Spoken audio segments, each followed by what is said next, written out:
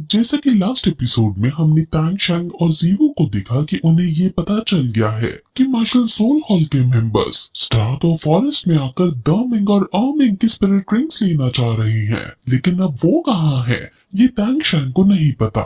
इसलिए वो मेडिटेट करके अपनी पर्पल डेमन आई का यूज करके इस फॉरेस्ट को देखने लगता है। वो अपनी डोमेन को हर जगह फैलाता है और जहाँ जहाँ उसका डोमेन जा रहा होता है वहाँ वहाँ वो देख पा रहा होता है। उसे चारों दिशाओं में से एक दिशा में सबसे पहले जहर के निशान दिखते हैं। उसी दिशा में आगे जाने पर उसे नॉर्थ की तरफ कई सारे जानवर जाते हुए दिखते हैं। वो काफी दूर जा चुका और इसलिए उसे अब अपनी माइंड की एनर्जी भी यूज करनी पड़ रही है।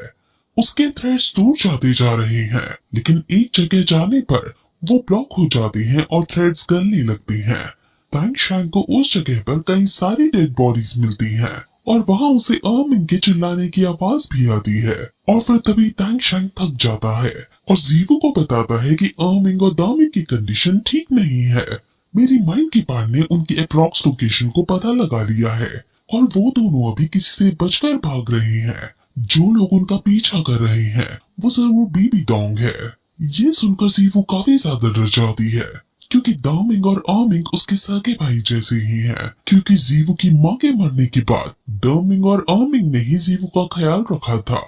तांग शैंग फिर तुरंत जीवू का हाथ पकड़कर उनकी तरफ जाने लगता है और उसे उनके ऑरे से ये भी पता चल गया था कि वो दोनों काफी ज्यादा इंजर्ड हैं।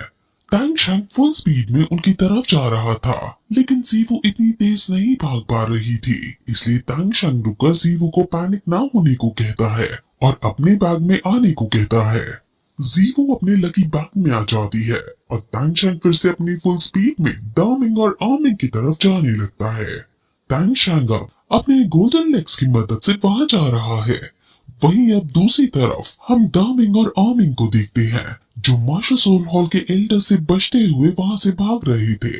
वो दोनों काफी घायल हो गए हैं, लेकिन अपनी जान बचाने के लिए वो भाग रहे हैं। बीबी डोंग इनकी स्पिरिट बोन और स्पिरिट रिंग हासिल करना चाहती है क्योंकि ये दोनों बीस्ट इस जंगल के सबसे ओल्ड बीस्ट हैं और ये दोनों सबसे ताकतवर बीस्ट हैं।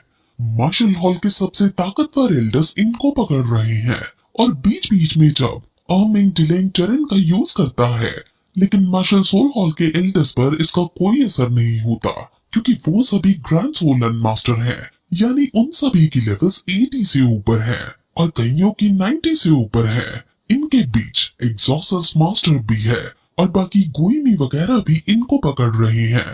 आमिंग भागते भागते कहता है कि ये इंसान बहुत बुरे हैं। इनमें से दो लोग तो प्रोटेक्टिव स्पिरिट यूनिफिकेशन टेक्निक का यूज भी कर सकते हैं। इनमें टाइम स्पॉटर भी शामिल है। हमें इनके ऊपर अचानक से ही हमला करना पड़ेगा क्योंकि अगर हमने ऐसा नहीं किया तो ये हमें जरूर मार देंगे। उनका ये प्लान तो काफी अच्छा है, लेकिन उन्हें जिससे सबसे ज्यादा डर था वो थी बीबी डोंग। अब वो ये सब सोचकर भाग ही रहे थे कि तभी आमिंग भागते भागते गिर जाता है क्योंकि वो बहुत ज्यादा घायल हो चुका है और वो ज्यादा नहीं भाग सकता है। दामिंग ये देखकर काफी ज्यादा उदास हो जाता है और वो आमिंग को उठाने की कोशिश करने लगता है, लेकिन उसकी हर एक कोशिश नाकाम साबित हो रही थी। और अब आमिंग दामिंग को यहाँ से अपनी जान बचाकर जाने को कहता है और कहता है कि मैं सैक्रिफाइस करके अपनी जान दे दूंगा क्योंकि मैं अपनी स्पिरिट रिंग और स्पिरिट बोन उस रक्षानी के हाथ में नहीं लगने दूंगा। असल में बीस्ट की भी एक सेना है और इन्होंने उनको सिग्नल दे दिया था और जहाँ इनकी रेनफोर्समेंट है ये दोनों वही भागकर जा रहे हैं। लेकिन रास्ते में ही अब आमिंग शायद अब शहीद होने वाला है। बार बार कहने के बाद भी दामिंग वहां से नहीं जाता और अब वहाँ सारे एल्डर्स आ जाते हैं और वो उन पर अटैक करने ही वाले होते हैं कि तभी दामिंग ग्रेविटी कंट्रोल फील्ड का यूज करके उन सभी को जमीन के अंदर धंसने लगता है।